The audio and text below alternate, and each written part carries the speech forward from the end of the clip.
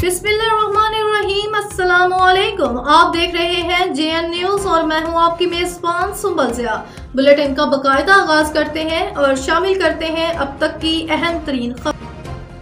FIA immigration की Sialkot international airport पर बरवक्त कार्रवाई। कत्ल में मुलव्वस मुल्जिमान की बैरून मुल्क फरार की कोशिश को नाकाम बना दिया।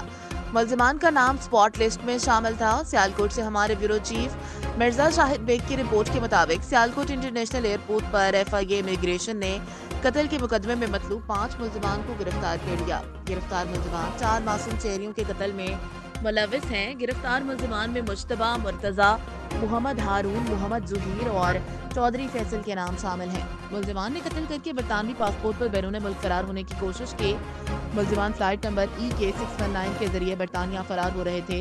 गिरफ्तार मुल्जिमान जहलम पुलिस को मतलूब थे। मुल्जिमान के खिलाफ चंद रोज कबल थाना मंगला कैंट में मुकदमा दर्ज हुआ था। मुल्जिमान का नाम स्टॉप लिस्ट में शामिल था। FIA इमिग्रेशन सियालकोट ने गिरफ्तार मुल्जिमान को बाद अज़ां मंगला कैंट पुलिस के हवाले कर दिया है।